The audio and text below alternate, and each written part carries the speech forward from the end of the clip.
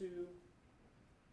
Hello and welcome into HTF Bets. My name is Andrew Regg, and on today's show, we're talking something we've never done in HTF Bets history, WWE. This weekend is said to be one of the most exciting on the calendar with the return of the Elimination Chamber, and here on Bets, we'll cover everything you need to know between the men's and women's side of the bracket. Before wrapping up with our surefire picks of the week, so don't go anywhere because HTF Bets starts right after this.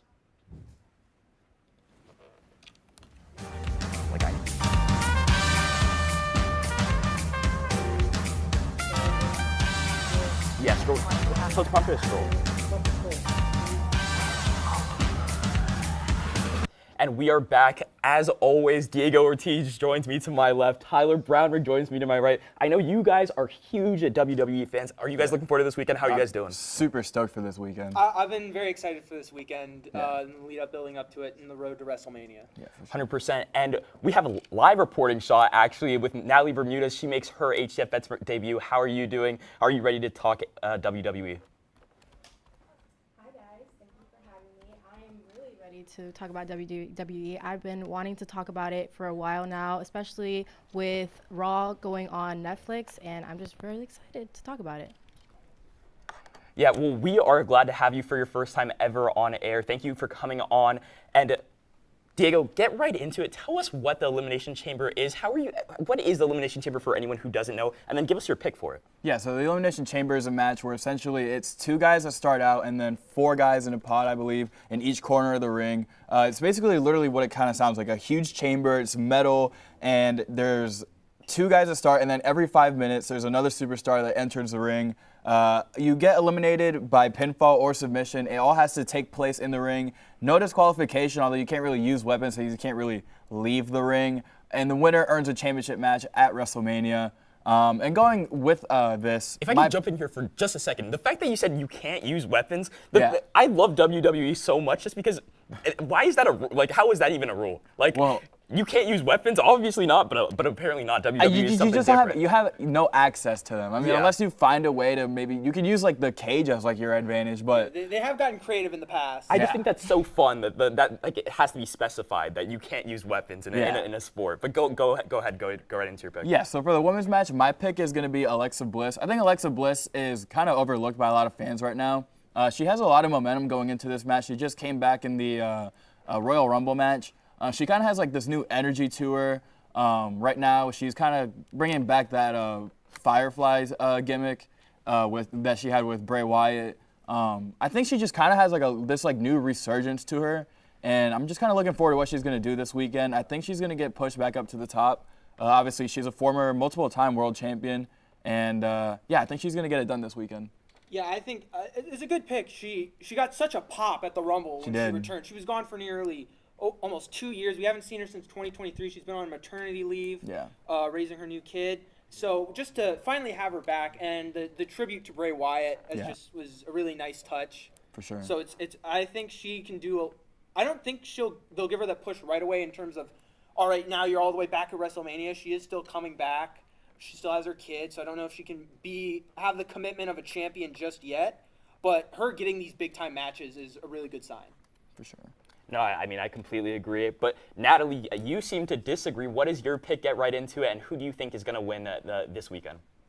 My pick for WWE Elimination Chamber is Liv Morgan. I believe that she's going to win because she has unfinished business with Rhea Ripley. And I need her to get that belt back because I feel like she is obviously dating Dominic, but Rhea Ripley obviously has that feud against her, and I just need her to win. I need Liv Morgan to win because I just want her to have that against Rhea Ripley, have that belt, and I know that's what Rhea Ripley really wants, and especially because Rhea Ripley won that belt again after an injury in Netflix's debut of WWE Raw.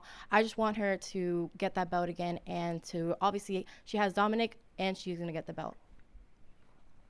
Yeah, I mean, I completely agree, and that is why it is my pick as well. I also have Liv Morgan winning. Obviously, she has a lot of experience in this particular event. She's been in this more than anyone else in this. She's 0-5, unfortunately, but that does mean she's been there 5 times. She has the experience. I think she'd be like one of the favorites to pull it out. Obviously, she sits at plus 800, so the odds makers don't feel the same way, but I personally think that Liv Morgan has a great shot at this. Yeah, she's been having this on and off feud with Rhea Ripley ever since going all the way back to SummerSlam when she beat her to retain her championship. She was champion at the time.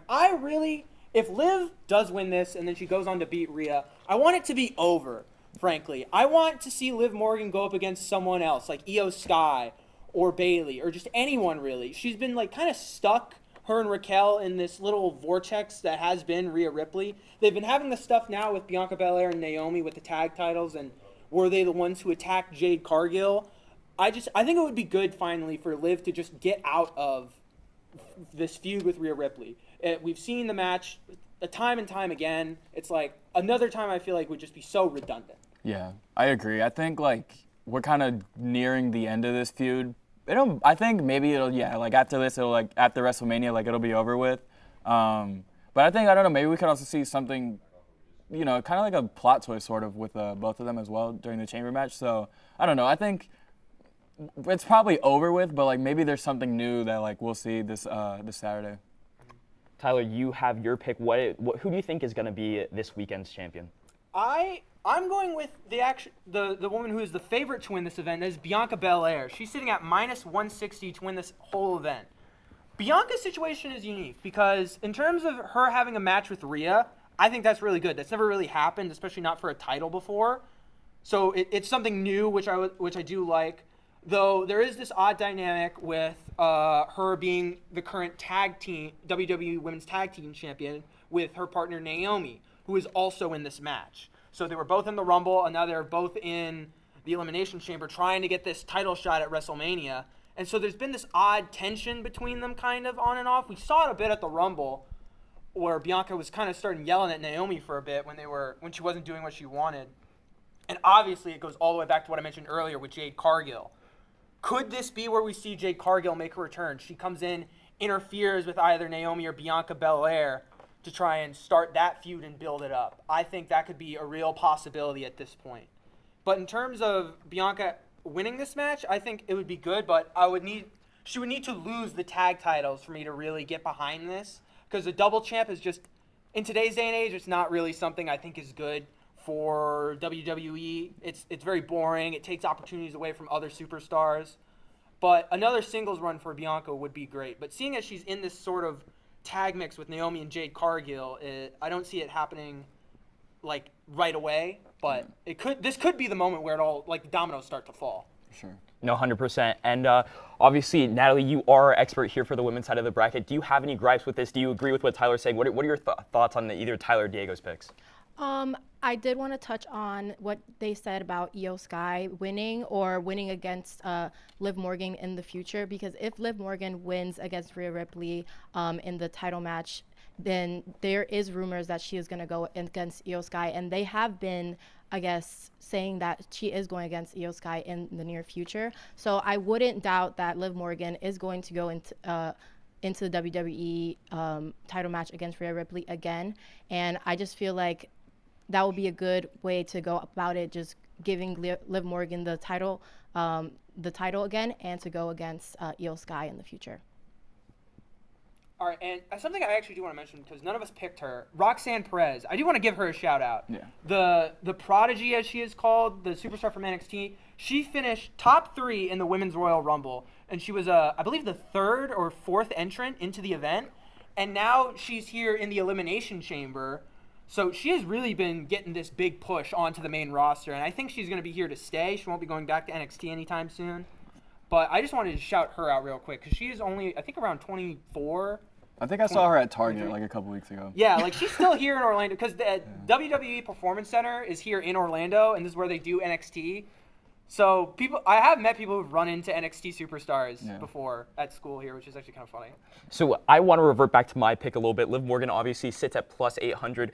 I'm not the biggest WWE guy. Do you think that this pick has any shot? Should the people be on Liv Morgan at plus 800? I would say it's between her and Belair. Honestly, based on Diego's pick, probably not. Really, I just don't know. Okay. Yeah. The women's chamber is so much harder to predict than the men's event, which we'll talk about later. Yeah. But it's just there's no clear person who's going to challenge.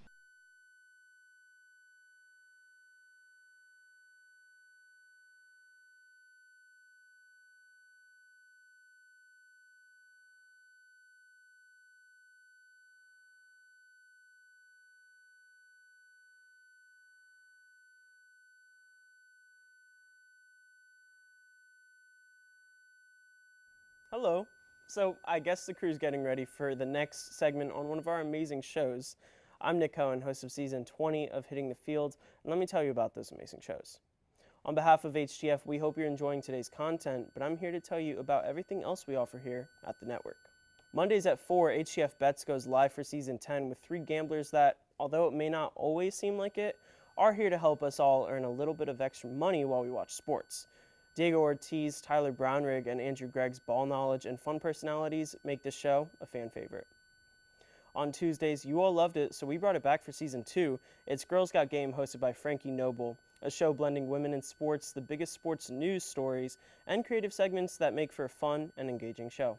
Next is everyone's favorite sports podcast, The Combine, hosted by whoever been Ty Patton. All good. An easygoing, conversational, and technical podcast dropping Wednesdays, also on Spotify at The Combine. Then tune in Thursdays at noon for the network's main show, season 20 of Hitting the Field, hosted by me. Here, we'll cover any sport, any topic, any story, no matter how obscure. We love some football, basketball, hockey, F1. We also cover baseball, soccer, and we even have to show the UFC love sometimes. Penultimately, TGIF, because Friday is nighttime, hosted by Kathleen Moore and Matthew Bracker. Season 8 of Nighttime is where you'll turn to for all things March Madness, UCF sports, and other collegiate events. We're ending with something brand new. HTFN has never had 6 shows running at once. Also filmed in our new podcast studio is HTFC, hosted by Edgar Rodriguez and Patrick De Leon. Football, or soccer in America, is the most popular sport in the world. Across multiple leagues and cups, soccer is a year-round sport, and HTFC is your news source to stay updated. Also on Spotify, by the way, at HTFC. Outside of our 6-show roster, be sure to tune in to our other content, such as the Studio Days vlog, run by our vlog squad of Brianna St. Jean, Michaela Croker, Ashley Rowe, and Ben Huber. Make sure to follow us on our social medias like Instagram, Facebook, and X to stay updated on all HTFN news. Remember to subscribe right here on YouTube, leave a like and comment. And with that, I think we're ready for your next segment. I'm Nick Cohen. Thank you for your continued support, and back to your regularly scheduled programming. Tyler Brownrigg.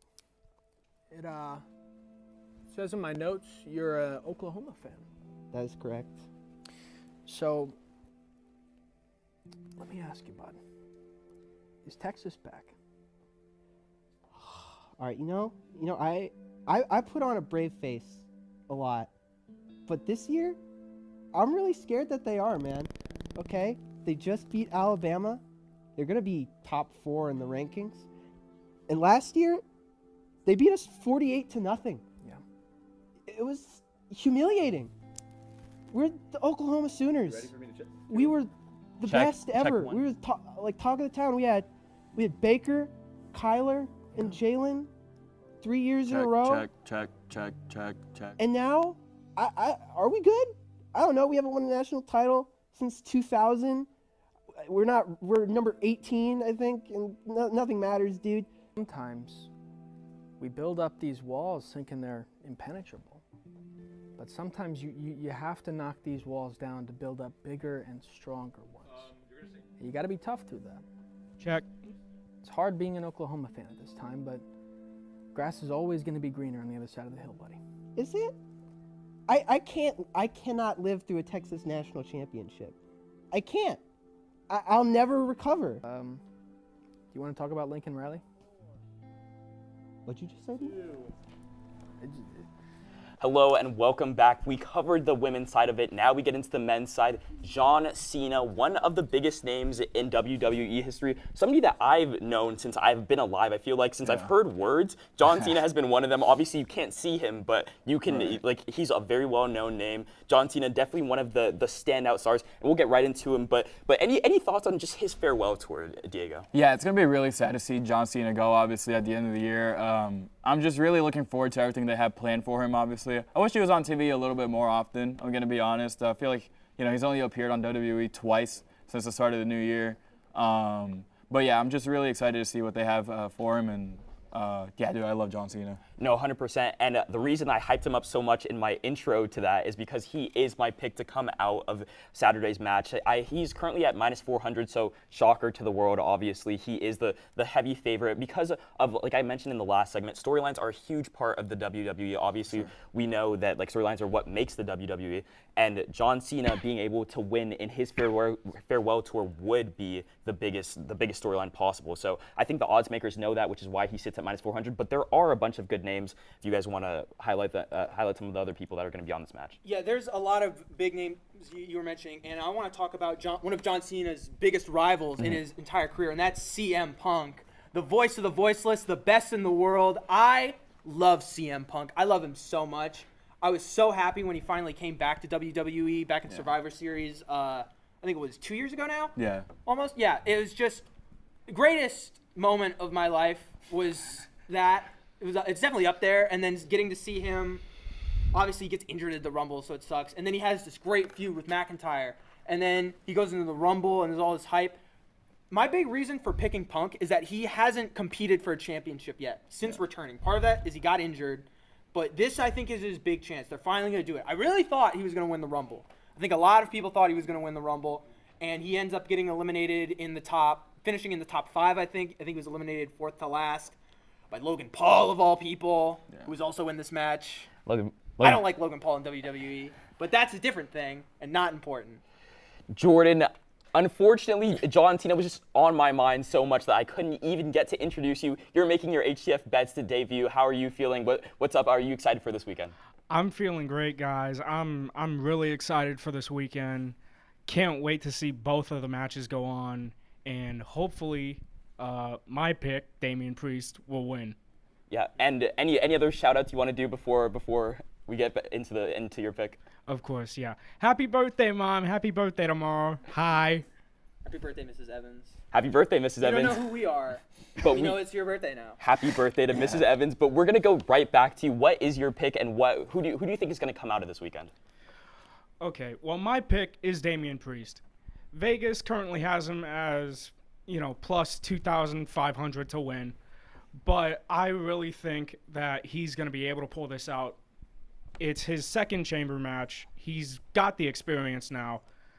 He was formerly the World Heavyweight Champion after winning at WrestleMania in a cash-in on Seth Rollins for his WWE World Heavyweight Championship. And an interesting little factoid about that is he cashed in on Seth Rollins, who was facing Drew McIntyre in that match. Yeah, he took it right from Drew McIntyre. McIntyre was champion for, I think it was 5 minutes. So Priest was the only person, I think, outside of Logan Paul, who I couldn't really see why he's here. It's kind of like they just kind of needed another guy to throw in. And I'm not saying, I don't want to diss Priest. His run as champion, while brief, I thought was very good. No, he had some very strong matches against McIntyre, Jey Uso, and Gunther, right? So he's a very capable superstar. But it's just like the vision of him going to WrestleMania and being champion again in a match against Cody Rhodes, it's like I don't think he'd be the guy. If I could interject really quickly before we get off of John Cena, I know I've gone to him 3 separate times in this segment, but in his farewell tour, if he wins the World Championship, he would break the tie with Ric Flair with 17 World Championships. So another storyline. Obviously, you get an automatic bid to the world title fight if you win the cage match. So just another storyline. Obviously, it's -400, so it's not that big of a step big of a leap I'm taking. I'm making a Tyler Surefire Picks of the Week edition of my pick, but -400. I just wanted to one last time come back to John Cena. You can't see him, but he's the GOAT. He's gonna win that 17th title. It's not a matter of if during this retirement tour. The question is when. At what point will Triple H deem this is the time to give John the title? Will it be at the end? Will it be at WrestleMania? He gets it. He was the runner-up in the Rumble, which my heart broke in that moment. I just want to say, Jey Uso, I love Jey Uso. Mm-hmm. I'll never forgive him for that. How could you do that to me? How could you take it? How could you do this to Cena Nation? How could you? In his final Royal Rumble. It was heartbreaking. Agreed. But he's gotta. This is like his last opportunity for a while to get a title shot, because obviously he gets it at WrestleMania, and that would be very storybook in the main event of WrestleMania to get that 17th championship over Cody Rhodes, which I think it would be a match people would want to see, especially if he ends up selling his soul to The Rock, like he is asking. Maybe that could be their whole setup and plan, because he's obviously, we know Cena's history with The Rock. For sure. They've had 2 different matches at WrestleMania. So that could be what is the angle they're going for here. Yeah, and I mean, besides John Cena and everybody you mentioned, there are other people competing in this. Diego, what is your pick for this weekend? Yeah, my pick is going to be Seth Rollins. I think Seth Rollins has a pretty good shot to win, I think. I mean, you think about, he was literally on top of, like, the world title picture for, like, a year, like, literally last year, up until WrestleMania. So I think Seth Rollins, he kind of has a lot going for him as well. He was, like, we saw him, like, be really unhinged after he got thrown out of the Royal Rumble, curb stopping Roman Reigns, like, 1,000 times. Just kind of doing, just acting really. Both feet too. Yeah, he was acting out. It wasn't like it just fully just crushed his skull. Yeah, I think like he's carrying a lot of like rage and like momentum into this match. And I think it's gonna carry over. I think I could also see an angle where like he's about to win, like he's one of the top 2, and then Roman Reigns just kind of comes in, interrupts, and then that sets something up between him and Roman Reigns at WrestleMania. But until then, I think my pick is going to be Seth Rollins. I think that's a safer pick, honestly, than like most other guys other than John Cena. But yeah, that's my pick. No, 100%. And Jordan, do you have any final thoughts on what we're saying? I may have a little bit of bias into whatever you say, but any final thoughts on our picks? This chamber match is going to be an all-out brawl. Yeah. I think it's insanely unpredictable. So really, everyone's pick here, minus Logan Paul, should have a good chance at winning this. For sure. I'm hearing a lot of hate to Logan Paul, and hey, trust me, I'm not one to defend him. But what is the gripes that WWE fans have with Logan Paul? I just don't want him here. Okay. He's the big YouTuber, right? He's super popular, whatever. It draws attention, right? Sells tickets. He sucks. No, he's not. He's had good matches. The moonsault at SummerSlam was sick, all right? We all saw it. It was great. I hate the guy. I just can't stand him. He's so insufferable. He's run a crypto scam. So it's just like, why are you here, dude? I think he's a great wrestler. I just don't like the fact that he gets put in, like he gets like randomly just like slotted into these like main event caliber matches. Like the match against Roman Reigns in Saudi Arabia was like had no real build up. It was just kind of really random, and like Jake Paul came out and it was like really weird. And then the Royal Rumble, he was just kind of inserted there too. And then the chamber match, he just gets a random match on Monday Night Raw, and on the main event wins it against, I think it was Rey Mysterio. Yeah, and then now he's here. So for a business that is wrestling and entertainment, though, you have to think that a big guy like Logan Paul with a huge following would be somebody that they'd want to put in like matches like that. So you have to at least understand it, Tyler. I guess if he hits John Cena with those brass knuckles, I will find him. I promise you. Or his new finisher, the Pulverizer. The Pulverizer, yes. That's pretty sick. That is pretty sick. I'm not gonna lie. It's a sweet move. It's a sweet move. I won't lie. Jordan, do you have any thoughts on Logan Paul? Quickly, Logan Paul, how do you feel about him? Look, I don't like the guy. I think he's just an outsider trying to find his way into the business. Though I do agree he has had some good matches in the past. I think if I've learned anything on this segment, WWE fans do not like Logan Paul and John Cena as the GOAT. Is that correct, guys? This is an accurate summary of what just happened, yeah. All right, well, after this short break, we're going to have our surefire picks of the week, and we're on fire here on HTF Bets. Somebody actually hit, so stay tuned for that. We did wrestling.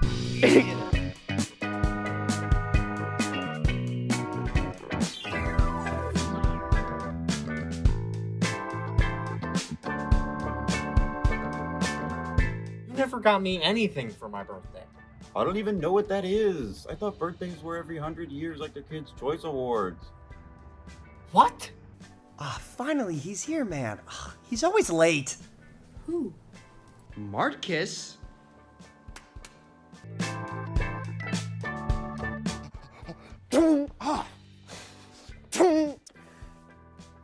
You good? I'd give them one of these. One of these.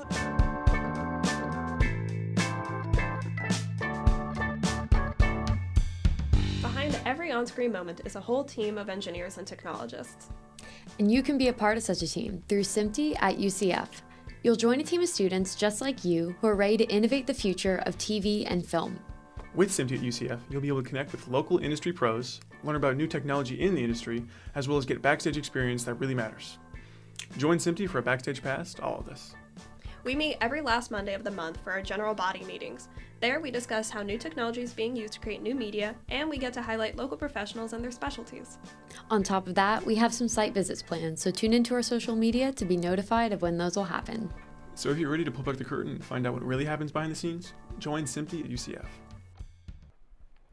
As I mentioned in the close of last segment, Diego is our winner for this week. Obviously, we don't see a lot of winning on HTF Bets. I think that's more so the nature of the segment. We choose picks that are a little bit out there, so it is hard to win. But Diego, done it twice this semester already. How are you feeling after your pick? Dude, I'm on a heater, okay? I'm on a heater. So I'm just going to keep going until, like, the wheels fall off. I'm hyped. I think I'm going to win again this week, too. I do not know what I did to deserve this cruel fate from either God, the Vegas, or whomever if you don't know, cursed me. If you don't know what Tyler's referencing, he and I both are 0-4. I think that it's funny that Tyler goes on these rants because I'm not that far off of it. I had one more win than him last semester, so I'm pretty down bad. You have the high ground. You are not at the bottom of the totem pole. There was a time when I could have called you my brother. That is no more. I am alone on this island, forsaken by everyone else who has been on this desk. Except for Andrew Montana. I have him for another week and a half at this rate with how often I'm losing.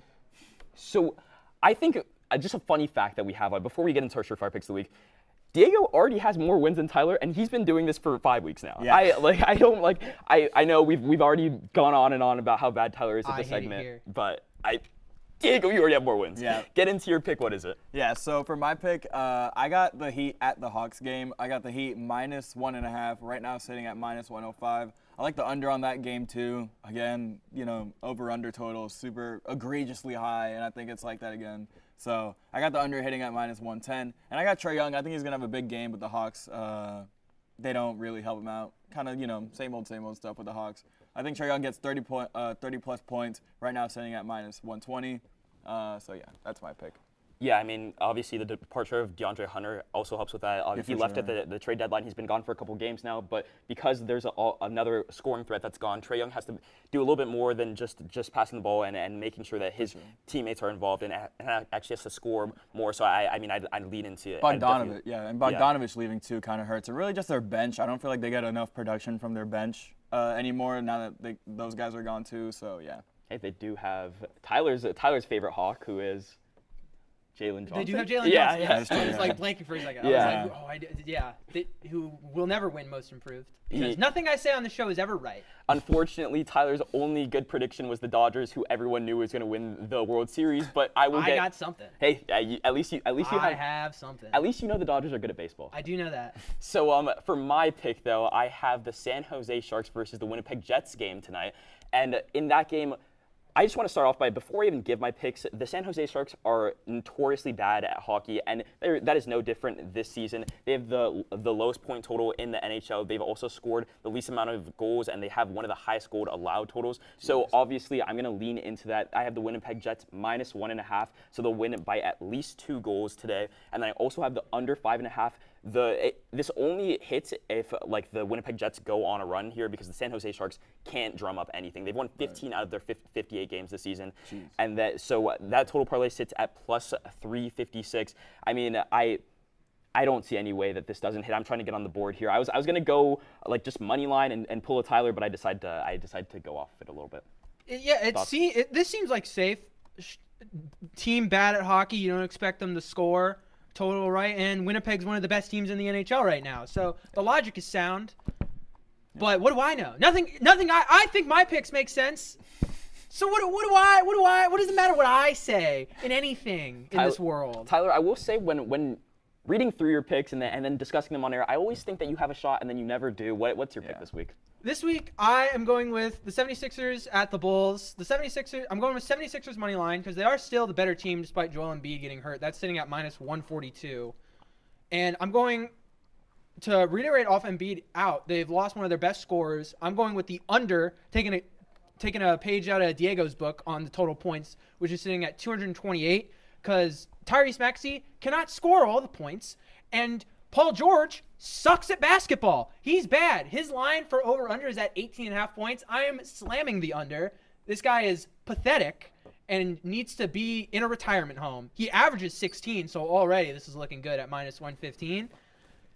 I feel like this could be the one. Is it? I've been saying that for months, really, at this point, on end, all the way back to last season when Nick Cohen was still here in the middle.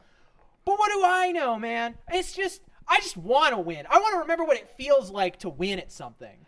Tyler, is it fair to say that you are the Paul George of HTF bets? I just want to know. You came in. There was such high expectations with your surefire picks of the week. You had maybe made some comments about other hosts in the past, and now we are here, where Diego has had 4 attempts at this and already has more wins. I just want to know. The people are wondering. I have seen many hosts fail at this repeatedly. For a year, I watched Andrew Montana just suck. He was god-awful at this. All right? And I made fun of him every week. Every day I reminded him.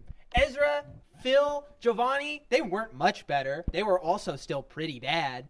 And then I'd go on every once in a while, and then they wouldn't hit and be funny, and I'd laugh, and we'd have a laugh and be fun. But now I'm here. I'm here paying for my sins, I guess, the wrongs I have committed. And on that happy note, that is unfortunately all the time we have on HTF Bets. Join us again at 4 p.m. on the network. We'll see you then.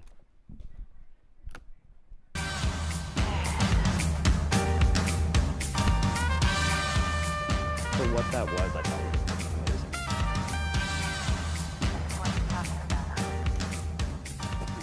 Yeah, you were great, guys. We talked WWE.